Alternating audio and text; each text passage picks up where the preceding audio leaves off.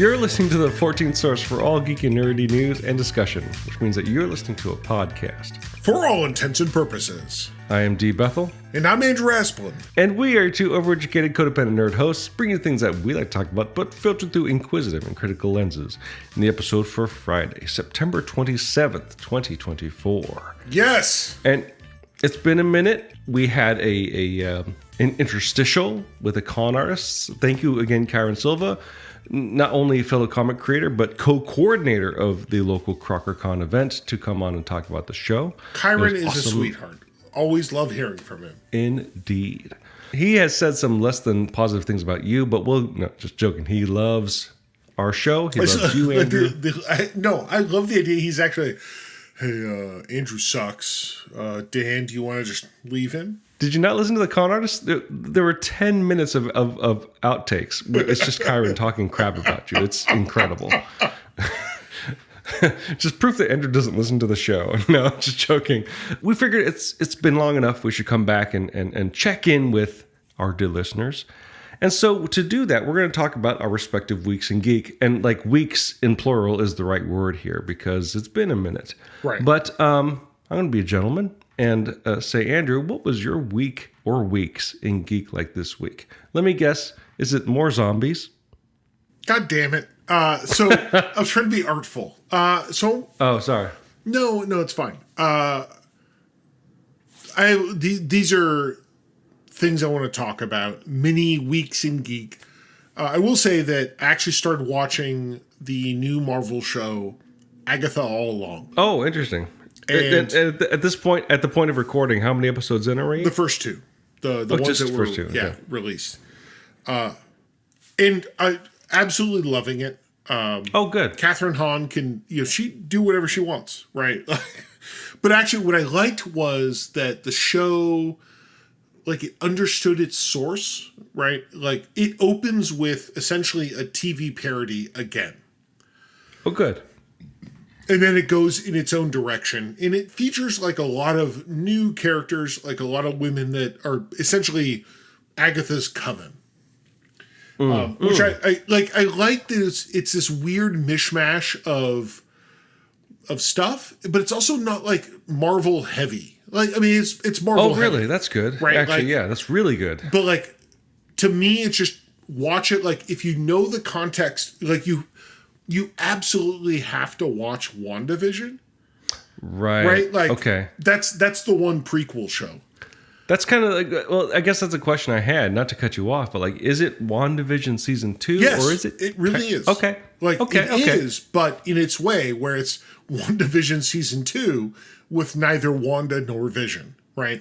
It's a successor show to that show. I think it's the same showrunner. Well, I guess the question I ask is like, because WandaVision was a very focused vision. In that it was like each episode was basically a sitcom parody, right? Advancing through the years of sitcom history. Is it just doing that again, or is obviously it's continuing its own thing. Okay, but it's continuing what like the events, like the MCU events that happened in WandaVision. Sure, but doing its own thing from there. But like, at least with the two first episodes, other than WandaVision. I mean, I guess technically, was it Doctor Strange? Multiverse of Madness. Right. That's the other, like, I guess you should watch that, but also... Great movie. Loved it. You don't have to? No, probably not. Well, spoilers. You haven't seen that movie, have you? Yeah, I have. Okay, good. So, spoilers. Wanda dies. Which is what this show starts with. Right. Like, so... Spoilers for now this show, just the front end. I'll take off my headphones. It opens as a true crime show. Like, it literally has like the opening credits. It's all like, it's a true crime that Agatha is basically the cop who's investigating this death. Please tell me the opening theme song was like this. Dun, dun, dun, dun, I mean, it's like, dun, it is kind of like it's not Law and Order. It's actually, because they actually have the thing where based on the original show, it's done like they pitch it as this is a true crime show based on like a Swedish one or whatever. Okay. So it has like based on the original show, WandaVision, right? Like they do that in the opening credits. Like they know what they're doing, right? So it sounds all right. It is very much like the first episode, which that's not how the rest of the show goes. But it opens with this like, here it is, like Agatha, the fucking salty detective in the Westview Police Department, investigating this weird dead body of a redhead who was crushed by a rock, but there's no rocks nearby. And it's the idea that like, that is Wanda, right? So I think they start the show like it's the same people, but I want to say like they know the source material, like they know what they're, and they actually even brought back the composers, right? The Emmy Award winning composers wrote songs for this show. And there's one in the second episode, which is like the Witch's Coven song. But you're like, oh wow, we're doing song, you know. So yeah, just 2 episodes. But that's not your Week in Geek. No, it's not. But like what I'd say is, I'm really liking it. Well, it's half of my Week in Geek. Sure. I actually really like it. My only complaint. My only frustration is that one of the characters they introduce is he's referred to as the Teen, and he is played by Joe Locke, who, for those that know Heartstoppers on Netflix, he is the main one of the 2 main characters of that show. Heartstoppers is a very gay, like teen romance show. It's delightful, but like. He's one of the 2 main characters. He's from the Isle of Man. He's a Manx, I think they're called, whatever people from there are called. But he's an actor. He's like what, 20 some. He's great. But his character is basically this teenager that shows up to help Agatha out. And there's a thing because in the second episodes where he actually like talks to her as them as themselves, because the first episode is mostly this weird true crime thing. But every time he talks about who he is, whether when he says his name or talks about his past, Agatha can't hear it. And therefore the viewer can't hear it. And it's this thing where like the internet's already like, oh, everyone knows who it is. Like, oh, look, there was this trailer where the character was subtitled with a name, so we know who it is. Okay. And my thing is that, like that's fun, I guess. Right? Who cares? Yeah. You know, like, so, spoiler, for those that still haven't checked out, the general internet consensus is that it is Billy, essentially Wiccan, the character from Marvel, ostensibly one of Wanda's 2 twin boys, right? So like, if you see WandaVision, it's the one that wasn't the fast one. However, who knows though? Because the thing is, people say like, oh, that's who everyone assumes it is, but also the showrunner did WandaVision, the show that also gave us Evan Peters as Pietro Maximoff, yeah. But that was a gag. Do you want to? So behind the scenes, dear listeners, for some reason I felt a sudden urge to like continue to be pure about this because I haven't seen any of the episodes yet. I took off my headphones. And then when you started talking about Pietro, I'm like, all right, I think he's done. So we'll see. Dan has no idea what I said. I genuinely don't. Which will be fun when he edits this episode. Oh, shit. I'm teasing. Yeah, you're absolutely right. Yeah, you're absolutely right. No, I'll do it. That's fine.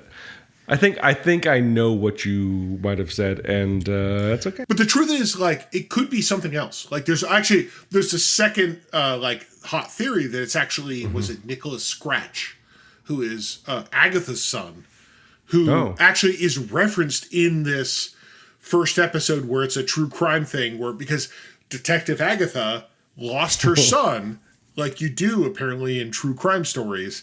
Sure. And she picks up like, oh, it's Nicholas Scratch's trophy from when he was in like a spelling bee or some shit. So like it could be either one or either of them, right? Right. For me, it's like I don't like you're hiding this. I get it, whatever. I don't care. It also doesn't matter. Like the fun is in the reveal, I guess. Right. Like whatever it might be, and it's like. That's part of the whole culture around like guessing and right, and that's I think what I realized is that for me, I think while I like what I've seen of the show, I like it.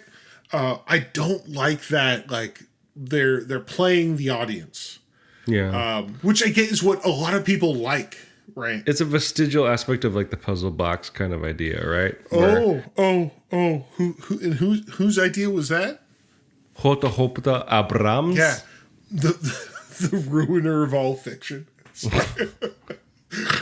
And his close personal friend, Damon Lindelof. And so anyway, that was like 2/3 of my week in geek. Oh, Jesus. Okay. I want to actually drop the other part, which was zombies. More zombies. So actually, let's do a zombie check-in real quick. Like, how have you waded deeper into the cesspool of human? Oh my God! Remains? So you sent me a picture, is what I'm saying. So I was like, hey, you know what? I know that Walking Dead, which I'm watching the AMC show. Where are you at now? Season 3. Okay. Oh boy, you got to see these. You got to see season 2. That's accomplishment. What I will say. I love the fact that there's the character, the governor, who I'm like, why do I know this guy? Mm-hmm. And I'm listening to like, dude, I absolutely know this voice. Mm-hmm. Oh, he played the next Doctor in Doctor Who. What is it? David Tennant's Christmas specials back in 2010. Yeah, the next Doctor episode. He was Jeffrey Dean Morgan was in there? No. The governor. That's Morrison. Oh yes, you're right, absolutely right. I was thinking of a different character. Yeah, you're thinking of the other abusive, the other abusive person. Haven't got there yet. It blends together. Let's be real. Sorry. I know. You're right. It's just weird. Like I know this guy. Like it's absolutely. It's the not Doctor. I had the same exact experience. Super weird. Once I realized who you're talking about. Yeah. No, so actually what I did is I wanted to read the graphic novel. So the comic book. Just say the comic book. It's a comic book. Right, it's a comic book. It's not a graphic novel. Whatever. Well, actually, so I went on to Amazon. I'm like, hey, Walking Dead comic. Right? And I get, here's this. Here it is. It's a. Do you like collectible hardcovers, Andrew? So no, it wasn't hardcover. It was soft cover. I'm like, okay, that's cool. It was like $20. It says, here's Walking Dead issues 1 through like some number, which I'm like, this is a trade paperback, right? That's what I'm ordering. That's right. So I order the first 2, thinking like, those will be fine. I get trade. No, so what shows up from Amazon is this box. I'm like, boom. Oh, what is inside? And I open it, and it's 2 Walking Dead. They're not trade paperbacks. They're bludgeoning weapons that deal 1d4 damage. So apparently, I didn't realize like these are the soft cover, fucking like 72,000 issues. That's the thing. Like they can call it a bunch of things. They can call it omnibus editions, library editions, but it's basically what you said. It's a fuck ton of comics. It's a brick. And so the joke is I sent Dan a picture, Dan and friend of the show, Taylor, of here's these two books I thought that were trade paperbacks. And I have a Lego minifigure sitting there and one of these trade paperbacks is taller than a Lego minifigure. Yeah. Right? These are volumes. Which also gives you an insight into how long this series lasts. Right, because Andrew, you are committing to a relationship that I don't know if you're ready to see all the way to the end. Because when I was buying them, I'm like, there's 6. I could buy all 6. Oh no, there may be more. I don't even know. Oh, dude. But they did like, wait, there's at least 6. Holy shit, dog. So but the thing I love the idea that I bought two, again, improvised weapons, D4 damage, bludgeoning. What has actually, and I've talked about like my frustration with zombie apocalypse stories. I was talking to a friend of mine, and he made this comment about Night of the Living Dead. The original, great movie, kind of like we talked about it on the show. Yeah, the original. Wait, was this where you made the comment? No, this is a friend of mine. If by the way, we may have to delete this if I just repeat what you said. That's okay. Are you going to talk about killing neighbors? No, it's the idea that like so much of the apocalyptic literature focuses on this like weird libertarian Americana of like we're all we're all individuals or whatever, or this idea that like in the apocalypse we all become monsters. And a friend of mine made this comment that Night of the Living Dead actually they don't, right? Like it's like they all get together and they're like, oh shit, dog, we have to like we have this like we don't get along energy, but we do. But there's a strong egalitarian kind of aspect to that argument in that movie. So it's this idea that like the very first zombie apocalypse story that like really like there were zombie things before that, but they weren't, of course, the modern zombie film. Right. It all goes back to Night of the Living Dead. So the first great movie, the first modern zombie film has this narrative where actually people work together. Yeah. To like, it's not perfect, but we have to survive, right? Like, however, since then, the narrative has become actually everyone's terrible. If you mind me going like a step further, it has ostensibly fallen into a what's the right word for it? But I'm going to call it a libertarian fantasy, right? Like, and it's that weird thing. And actually, I've talked about this, like my issue with Fallout, where I love Fallout, but I love the hopefulness of like in the apocalypse we come together and like, which is Fallout 4 and Fallout 3, and the show captures that very well. I would say, except that like a lot of people they like New Vegas, which New Vegas is the Fallout where actually everyone's shit, right? Like literally, it's like every ending is. Well, there's no good choice. Yeah, there's no good choice. So it's that weird thing where I realize, or thinking about just like how Romero and the other fella, like they wrote this thing that kind of had like, hey, people come together in crisis, but it's now turned into actually in the apocalypse we're all shitty.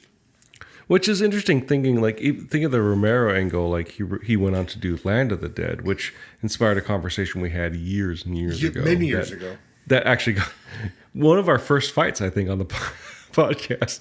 But like one of the interesting things about that movie is he's like, well, what if zombies still maintain some sort of sentience, right? Like, and what's the power fantasy at this point? And not to retread all that discussion, but like it's what's interesting is that even after all these years, especially after there's that hyper focused decade where zombies were the thing, right? That there's still, I think, a lot of interesting angles and topics to mine with that metaphor.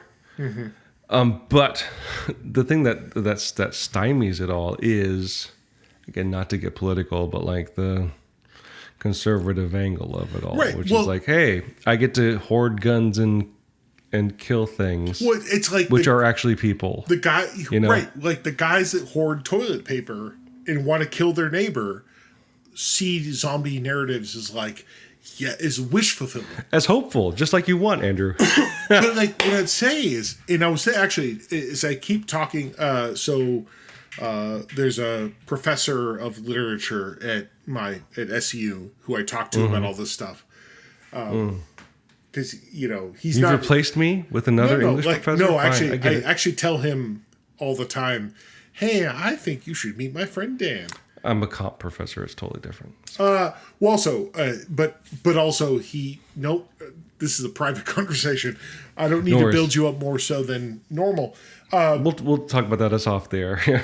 But no, actually, just the idea of, the zombie story. But we talked about The Last of Us. Not the game, the TV show. The show's great, yeah. And in fact, I love the idea that at the end of the series, or at least the first season, they get to the town, whatever, like the community, right? Yeah. But also, more importantly, the gay episode, right? Because that actually, it's shockingly different than the game. But also, it does get to this idea that this, Offerman, whatever the character's name was. Nick Offerman, the actor, was in fact that libertarian shittard that was like, I have all the guns and all the stuff. The character, yes. Yeah, the character. Sorry, Not Nick Offerman. Offerman is very actually progressive and sorry, inclusive. Yeah, the character. Frank. Something some generic white dude name. Yeah, but it was that idea that that was basically he was the zombie survival guy. Yes. Except then he changes. He finds at first just one person, but then over the course of the narrative, a community, right? Yep. Which is again the thing I love, because to me, I believe the lie that humans are communal things, creatures, right? The idea that hey, he saved this guy and then falls in love with that guy, but then that guy opens him up to other people. Yeah. And so then he makes friends with the others and stuff. It's this idea that when the apocalypse, when that happens, we're still people, right? We're people that work together. We are communal. And something that, I think the show excels at that narrative better than the game could, because it's an interesting thing, because we always talk about adaptations and the TV show lets the game down, because the game allows the player to have more, what do you call it, interactive, narrative importance. But this is a good example of and I think Fallout does this as well, where it can it expands upon what a video game can do. It takes advantage of the medium of television to make it not better or worse, but unique to its medium, right? And therefore bolstering the story that exists, no matter the method that you're taking it in by. Yeah, and it's incredible. It's an incredible show, and I can totally see this is something still worth investigating as a fiction for sure. So for me, it all boils down to, Walking Dead, still watching, but I'm also still upset. Season 3 after season 3, I bounced. No, that's fine. It's just a lot, It is and that's actually I'm watching it, I guess, for research purposes, because I really desperately want to. Can you write it off in your taxes, Andrew? I mean, my Netflix subscription. No, well, because I want. So this is a full disclosure. Sure. I was really impressed with. So I've talked, I think, about the superhero RPG Spectaculars. And the designer, Rodney Thompson, he actually did the research and references hey, in this game, this is here, this is a reference to, or this is context, this is this, right? This is this Marvel comic or character or whatever. So for me, here is what we're referencing. Yeah, I want to do a zombie. I like the idea of the zombie apocalypse game, right? But I need to do the research. And there's a lot of what's great is that there's a lot of different reference to pull from that are for not to be reductive and perhaps elitist, but literary, more interesting perhaps, with things like The Walking Dead, with things like The Last of Us, and things like the joke I was going to make is like, so you're just doing this all to get ready to play for whenever State of Decay 3 comes out, right? Well, and that's like, we've talked about like how State of Decay 2 for me was, I played that. Actually, I would say the two things that fucked up my perception on zombie stories was State of Decay 2 and Zombies Run. I forget what it's called now. Yeah. But like both of those had like hopeful narratives. Yeah. Right. Like the idea that like we could overcome. And I was like, yeah, this is great. And then I go to Walking Dead, which, and I get it's a show, it's a comic, we have to like drag this shit on. Right. But The title is about humanity, right? That's the whole thing. Yeah. The Walking Dead is not the monsters, it's the people. Right. Like, right. And so that becomes this thing where, oh, that's the popular narrative, right? Yeah. That like, yeah. And nothing against The Walking Dead, like that. The fact that it kind of not only revived but redefined the zombie genre is important in its own right. Like, and it lasted for so long as a comic book series. I think that's the more important. Is a comic and a show, and the show has like infinity spin-offs. right. The problem I actually have Netflix. I'm still like season 3. It's like, oh, you like that? Do you want to watch the Walking Dead fucking spinoff that takes place after the show? Like, no, dude. Yeah. Let me finish what if I'm going to finish. We'll see. Right. This horse shit first. Did I don't think I forced the documentary on you. There's a really good documentary called Image United about the formation of Image Comics, and this is relevant in the case of Robert Kirkman, the writer of The Walking Dead, and he grew up. He's our age, unfortunately, maybe a little bit older, but like, what is that like? Oh wow. Dan and Andrew just admit they suck at life. I'm teasing. But like he just loved, like I did when I was his age, and I guess our age. When Image Comics dropped, and like just these are the biggest creators in popular comics going indie, for lack of a better word, and he just made a beeline for that goal. Right. And to the point where like he had moved out west. I think he came from the Midwest, and one of the founders of Image Comics, Eric Larson, who was the creator of Savage Dragon, he's like, you need to get to the airport, and Robert Kirkman's like, I'll take you to the airport, but he was new to San Francisco, to Northern California, and so he didn't know how to get to the fucking airport, and so like but that's how he got his in with Image Comics. He's just like, I'll drive you to the airport, Mr. Eric Larson. And the story I love most was that he actually, because of that sort of initial interaction with the Image Comics founders, he's like, I got a pitch for you. It's called The Walking Dead. And they're like, okay, what is it? He's like, well, it's a zombie comic. They're like, well, that's boring. What's the angle on it? He's like, well, and he says he made this up on the spot. He's like, well, and this is not a spoiler, the zombie virus is the result of an alien invasion. And they're like, whoa, that's interesting. And so they bought the comic. And then the publisher, a guy named Eric Stevenson, for a few years after the comic came out, because he's like, Kirkman was like, I'm going to lay out clues that tell you like, oh, this is about aliens did this, and like you're not going to see it coming when I finally drop the bomb of the truth on it, the truth bomb on you. And then a couple years after the comic came out, Eric Stevenson reached out to Robert Kirkman. Was like, I'm not seeing any of the clues, and Robert Kirkman's like, yeah, no, I made that up. It's just about a zombie apocalypse and how humans are terrible.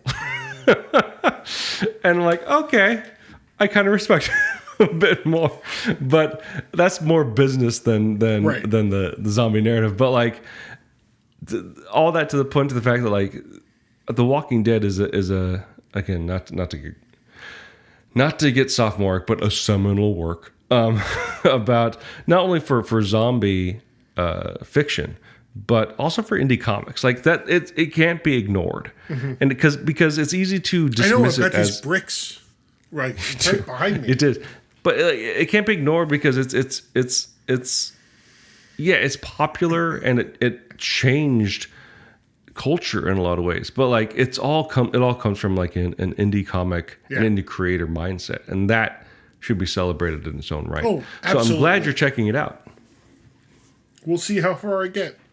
That is fair. That is very fair. I will say I have not read a single issue of Walking Dead, but it's a weird thing for me because, again, given where I know where this comic goes and I know what I like, what I want and like to me, I'm like, oh, actually, like I've added I have a whole like watch and reading list for zombie shit.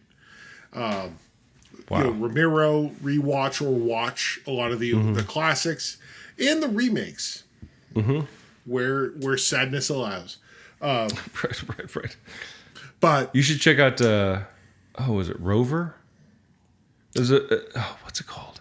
It's basically a zombie comedy starring the Scottish comedian. Fuck.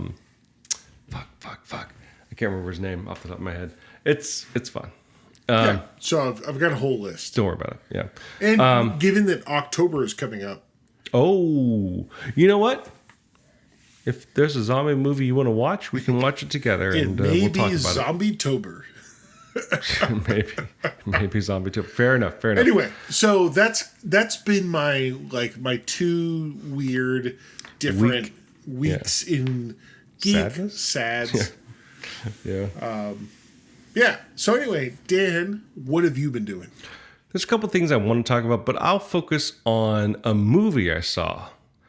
Because there's a great TV show I want to talk about, but I want to wait until I finish it. Exciting. And it's not Constellation. I love movies. I see them all when they come out on home video. Indeed, right? No, I saw the most recent Alien installation here called you mean Alien Prometheus. Romulus. No, well, Prometheus 2? No, Prometheus 3? No, this is a movie directed by Fede Alvarez, who I think has gained most sort of cultural traction through directing the remake, the first remake, I should say, of The Evil Dead in 2013, if I remember correctly, which is actually a really good movie. Wait, is that the first remake or the second? Well, they made a sequel to that movie. So I'm saying, I guess isn't Evil Dead 2 the first remake? That's very true. So the second remake. I mean, isn't Army of Darkness really? No. The modern remake, I guess you could say, of Evil Dead, which I watched only fairly recently for the first time because I was super skeptical because I'm a big fan of the Raimi Campbell films, and was like, this is a really good horror movie. It's really and it's schlocky, and it is serious, but like it's still got that Raimi slapsticky kind of like over the top, just ridiculousness to it. And so when I heard he was not taking over, but when he was directing an Alien movie, I'm like, all right, because I don't think it's a secret on the show. We talked about Alien Covenant when it came out, when we brought Taylor on the show. We might have talked about Prometheus if we were a show at that point. I don't know. That wasn't technically an Alien movie, but I'm a big fan of the... I call myself a fan of the Alien franchise. I just like the first one, to be honest. I like that haunted house in space movie, and I think it's directed really well. I like the environmental storytelling of it, where it's showy more than telly. We don't get info dumps. We don't get explanations of what's going on and why things are happening. It's just a horror movie. It's a horror movie in space. Movie in space. Yeah, exactly. I would say with Sigourney Weaver in the most delightful miscast role. I would say miscast, but like the role was written, as I understand, for a man. Exactly, right. They cast her and they didn't change anything. Right. So so Sigourney Weaver became this kind of like iconic woman because we discovered like just right characters, not characters for gender. Although there's a fair amount of male gaze, GAZE, in that first movie. Oh, like, of course. Yeah. And as the series goes on, they add more. Right. But now she's a lady. Right. I went into this movie fairly optimistic, which I tend to be that kind of person anyway. I don't like to like hate watch movies very much. I was really impressed with this movie. Okay. Because there's a lot of things on the surface, if you're just reading surface level like reviews or descriptions of it, that are kind of working against it. It's a bunch of kids that go into space, for one. And it's rehashing a lot of scenarios or classic moments in a modern context, you know, face huggers and chest bursters and all that stuff. But I will say that that Alvarez does a really good job contextualizing the scenario so that it makes sense. That these are kids that grow up in a Weyland-Yutani world, or literally a Weyland-Yutani world. These are kids stuck on a mining planet that never sees the sun. And their parents have died in the mines because of black lung, for lack of a better word, right? What's interesting is that they introduced this idea of like, oh, you can earn credits, work credits to like go somewhere else. And the movie starts, spoiler alerts, with one of the main characters going to basically trade in her work hours to get these travel tickets to move somewhere else. And like when she gets there, after waiting in line, they're like, oh, yeah, we got a shortage of workers, so we've increased the work hours that it takes to get travel credits. And it's like thousands of hours, tens of thousands of hours. Oh, and boy. so like there's strong. My Fallout 76 brain is like, oh no, wait, we're talking about coal mining. Yeah, it's very well contextualized here and appropriate for especially a lot of which makes sense. Modern. Right? Like, yeah, exactly. Weyland-Yutani is in fact just the modern coal company. I'm sorry, not the modern, the future coal company. Modern and future, honestly. I'm surprised some tech bro hasn't named their company Weyland-Yutani yet. I mean, we have an actual tech company called Palantir, right? Which I believe, like, come on, guys, you are the bad guys. You know this. Isn't there an actual Skynet somewhere? Yeah. Let's not worry about it because it's too sad. But basically, so like that creates the context for it's a bunch of these kids that have lost everything. They're like, we can get out of here. We can get the technology we need to actually just like scoot out to a different planet if we just go up to this decommissioned ship that's just been left orbiting our planet and just take it and go. And so like it's not just Stranger Things in space, which is one of the critiques I've heard. It's actually, I think, well contextualized and it makes sense. And yeah, they do repeat, you know, chest bursters are kind of the deal, right? And like it is Alien. It's not right. It's not Predator Romulus. It's Alien, right? And it's not like, no offense to Ridley Scott, but like it's not like Prometheus was like, no, this is a science fiction movie. It's totally unattached to the Alien franchise, except oops. There's no right. Sorry. Right. There's no there's no underhanded pull here. Like it is an Alien movie. But it is definitely much more in the vein of the first one.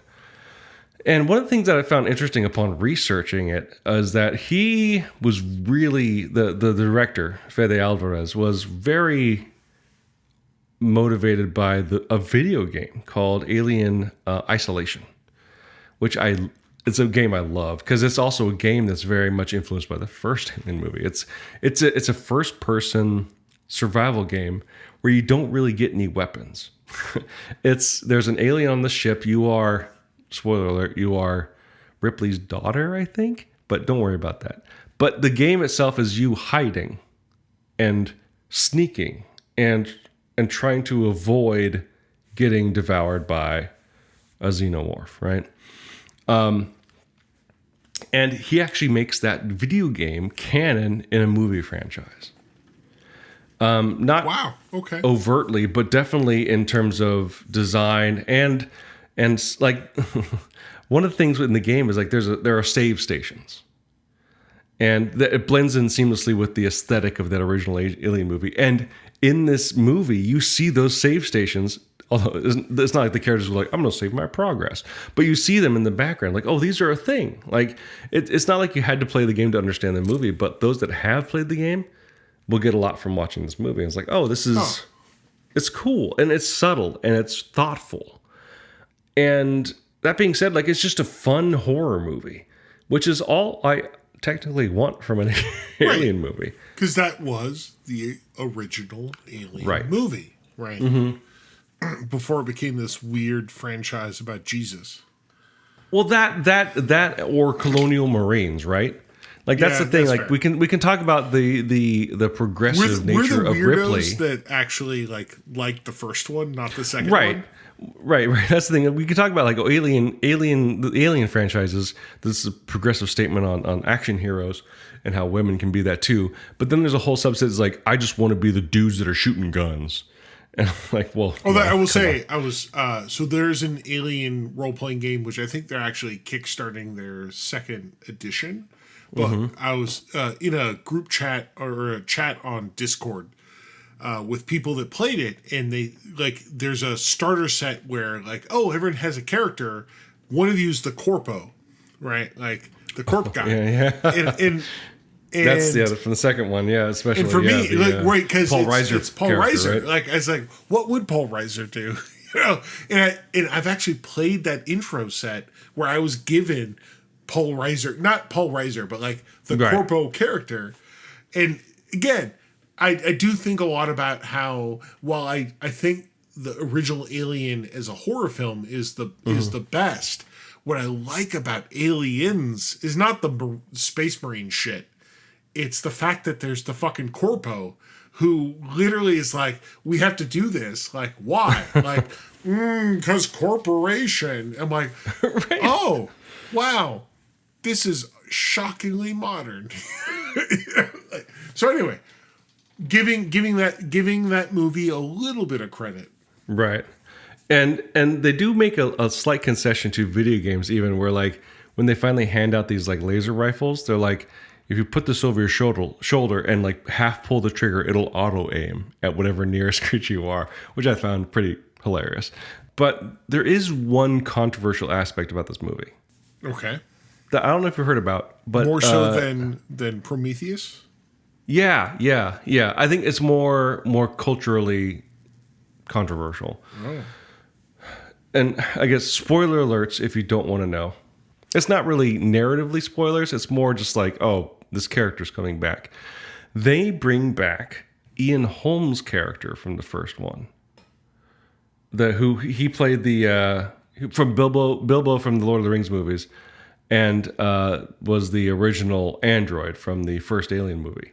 They do the whole Rogue One thing. I mean, it's fine, I guess. The thing is, it looks. This is my argument. It looks bad. Okay. Compared to the rest of the CG in the movie, like which looks fine, for some reason it looks really bad. This is actually I want to throw this out there. Like, I wish we would just accept hiring new people. Like, find a young kid, that's close enough, right? Make it Michael Fassbender. Like that's an established android role in this franchise. Like, fucking do it. But like, just the idea, like, this is a joke about for Star Wars, like, we want to time shift Mark Hamill, but then people even say like, well, Sebastian Stan can kind of can look like that guy. Or anyone else, like find another guy, or arguably like more controversially, like recasting Black Panther, right? Right, or like we're all just fucking adults and accept that we can accept a fiction, like lots of people played this character. Like I actually, again, get Doctor Who, but anyway. So we're on a tangent. I just like, stop trying to say everyone has to be played by the original actor, right? And the only way to preserve that is through bullshit CG. Right. I think the problem is exacerbated by the fact that Ian Holm is dead. That calls into question some of the ethicality of it. Is that a word? This No, was it's not. like the Flash movie with Christopher Reeve, Superman. Oh, right. And Yeah. I was going to say Nick Cage, but he's not dead. or like the Rogue One appearance, right? From with Moff Tarkin, right? Peter Cushing. Right, Yeah, right. it is this weird thing of you could have just gotten so like find an actor. Guess what? It'll be just fine. Because guess what fucking Star Wars did? Recast a main actor in the first movie when you got James Earl Jones to do the fucking voice of Darth Vader. Right. Or the recasting of the Emperor, right? Right. The Emperor got recast. Or Game of Thrones apparently recast people all the time. All the time. All the time. And the thing that frustrates me is like a lot of the discourse is like Ian Holmes' estate is fine with it. I'm like, it doesn't that doesn't matter. Like I don't care. The point is who cares? Like, why is that the discussion instead of the movie? And the thing is like I don't think it was intentional. I want to believe it was intentional. Maybe it was just me rationalizing it through the movie. It's like Ian Holmes' android is an older android, and that to me that makes it more. It makes more sense why did the CG on his facial animations look bad, right? Whereas the computer generated imagery and the rest of the movie looks fine. It's modern and good. But that's just me rationalizing it because I'm a fan and just want to enjoy the movie. Right. But there persists the question of like, did this need to happen because that character does become fairly pivotal in the film? But the thing that stands out is that the thing that matters is that he's not the main character of the movie. That these younger actors are, and for all the sort of Stranger Things, callback stuff you might want to graft onto it, I think it stands alone as a pretty good movie, a pretty interesting and I would say novel installment of the Alien franchise. It's a fun movie. I enjoyed it quite a bit. They capture the vibe not only of the narrative, but especially the visuals. The art direction on this movie is incredible. They definitely capture, what do they call it? The tape? What do they call it? The cassette futurism, I think is what it's called, where it's like big buttons and you see like it just feels like clicky, right? Okay. Yeah, cassette futurism. It's a good term. It's the name of my band. Our first album is coming out next year. To a certain extent, it feels like original series Star Trek, where here's big buttons everywhere. Right. 77 Star Wars as well, right? That kind of whole everything is very tactile. And that's my Week in Geek. I'm gonna talk later whenever I finish and whenever we do another Week in Geek about a TV show on Amazon Prime that doesn't exist anymore called Tales from the Loop. But this is my Week in Geek. I just want to say, watch Tales from the Loop. It's incredible show. You mean science the fiction game? Show? Yep. No, it's actually based on Weirdly, the show. entirely different. I think they're based on the same source. art source. Yeah. It's actually it's a really weird a TV show and an RPG from the same source art. Yep. Let's just say the artist is making some cash. Here's hoping. Someone should be. Hopefully. But it's a wonderful TV show. So if you, dear listeners, have any thoughts about the topics we discussed this week, feel free to leave your thoughts as comments on the page for this episode at forallintents.net. You can also post your comments and engage in conversations with other listeners on our Facebook page. You can find us on other social media as well, specifically the places that Andrew and I frequent, which means you can find me on Instagram at dbethelcomics, and you can find Andrew on Mastodon at profounddark@dice.camp. While you're at our website, forallintents.net, you can also go to our YouTube page, which you can get to by clicking on the link in the corner that says YouTube. If you're on our YouTube page, you can also like and subscribe because we actually feature all of the episodes of the show on YouTube. If you're listening on YouTube, like and subscribe, or as the kids like to say, ring that bell. the recent episodes are featured on YouTube. We have not gone through and uploaded the entire one. Oh, not the old shit. That's fair. No. That's fair. No. But not also, the last like, 9 years or 8 years. guess what? No one wants the shit from 8 years ago. Do you want to hear what we talked about in 2015? Neither do I. Yeah. I honestly, I don't even know why we still have those. Yeah, Why we should not? delete them. Why not? There are purists out We there. make choices. Completionists, I should say.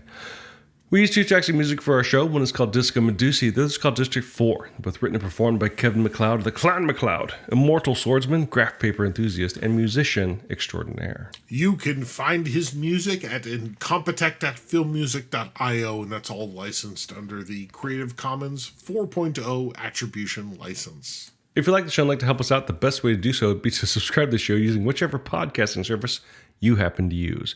What would help us out even more, though, would be to leave some sort of review, whether a text review or using their proprietary metric will spread the word to new potential listeners through the magic of algorithms.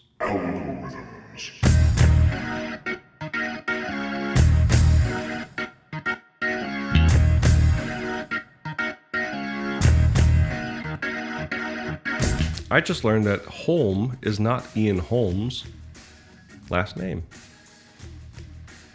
His actual last name is Sir Ian Holm Cuthbert. Oh. There you go. Oh. Huh. And we just passed his birthday, although he's dead. But September 12th. Happy birthday, belated birthday, Sir Ian Holm Cuthbert. Happy birthday. Nope. Anyway, I was just throwing that in. I don't know if you want to talk That's about good. anything else. So it's... Yeah, man. So, what's your favorite Alien movie that's not the first one?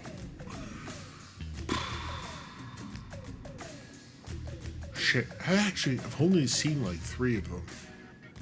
Which...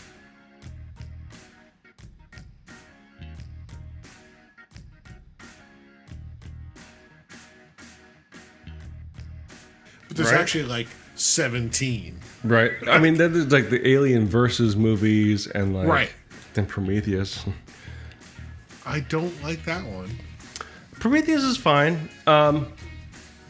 What I find interesting, there's a really strong like apologist movement online for Alien 3 and Resurrection.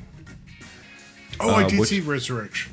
Yeah, it's pretty surprising. And to the point that I think there may be a case for Alien 3. I don't know about Resurrection. I think what people love about Resurrection is the characters, the Joss Whedon-y, like fun characters, the proto-Firefly characters, if you will, that show up in that film. But Alien 3 seems interesting if it's not successful. But without going, too in depth, I do find that like maybe what it is that when that came out, Alien 3 or Resurrection, like that shit didn't sell. yeah. But now it does. Because taste changes, right? Yeah. Which is like true of a lot of things, right? So I wonder if that's part of it. Like and you could say like, oh, it was before its time. Like, well, or no, like whatever. Like shit changes, So maybe that I haven't seen Resurrection since the theater. And actually everything I remember from it was bad. But who knows, right? Like, so let's, during our October Spook Fest. Maybe we'll watch a bad Alien movie amidst the zombie movies. Yeah, we'll do it. Maybe maybe we'll do an Alien 3 or a Resurrection or whatever you want. We'll have to make a choice on that one. Yeah. Yeah. And then maybe a zombie something. Yeah. Yeah. I mean, some would say that Alien is a zombie franchise. But I just sent you the most terrifying picture I've ever seen in my life. Ian Holmes' grave. Yikes. So until you watch an alien movie or zombie movie, dear listeners, I'm D. Bethel. And I'm Andrew Asplund. And for all intents and purposes, that was a podcast.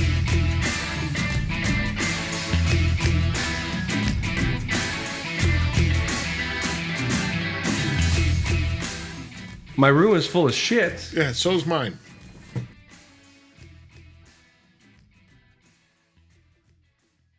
Sagat, i.e. Vega? No. No, Sagat is Sagat. Sagat. It's everyone Sagat else. is- Everyone yeah, else. Vega and...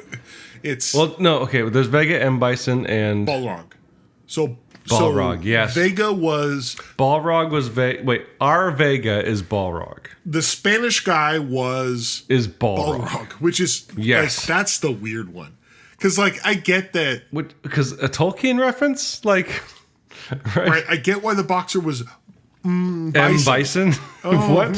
I love that. Like, I felt so stupid. I'm like, when I finally read, like, why is in Japan Balrog is called M. right. Actually, that was the thing when I first moved into this room. It was very echoey. For the first 8 years of our podcast? Right. Well, more so. Not the first 8. First 5.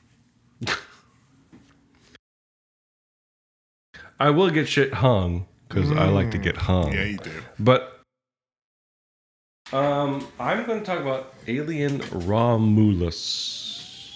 Romulus. You mean the town in Michigan? Yeah. Yep. That's exactly That's where what the I mean. airport is.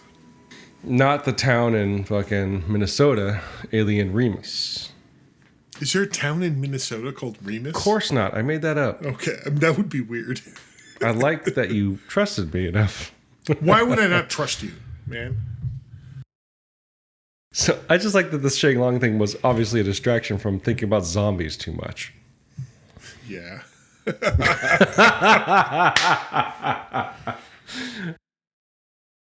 I didn't mean to put you on the spot. No, it's fine. Uh-oh. What? Andrew? What? Andrew? What? Can you hear fuck. me? Hello? Andrew? Hello? Hello? Andrew? Hello? Hello? Oh no! Andrew?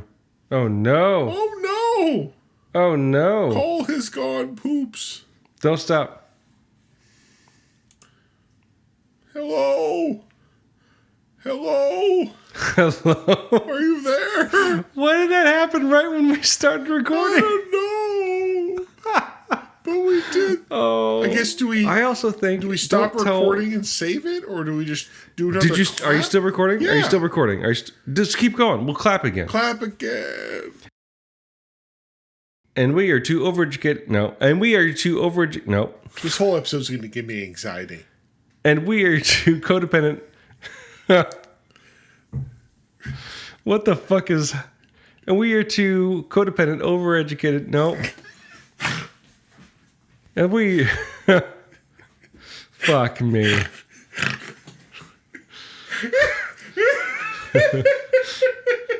I guess it's time to start writing shit down. 44 years old. This is where it goes down.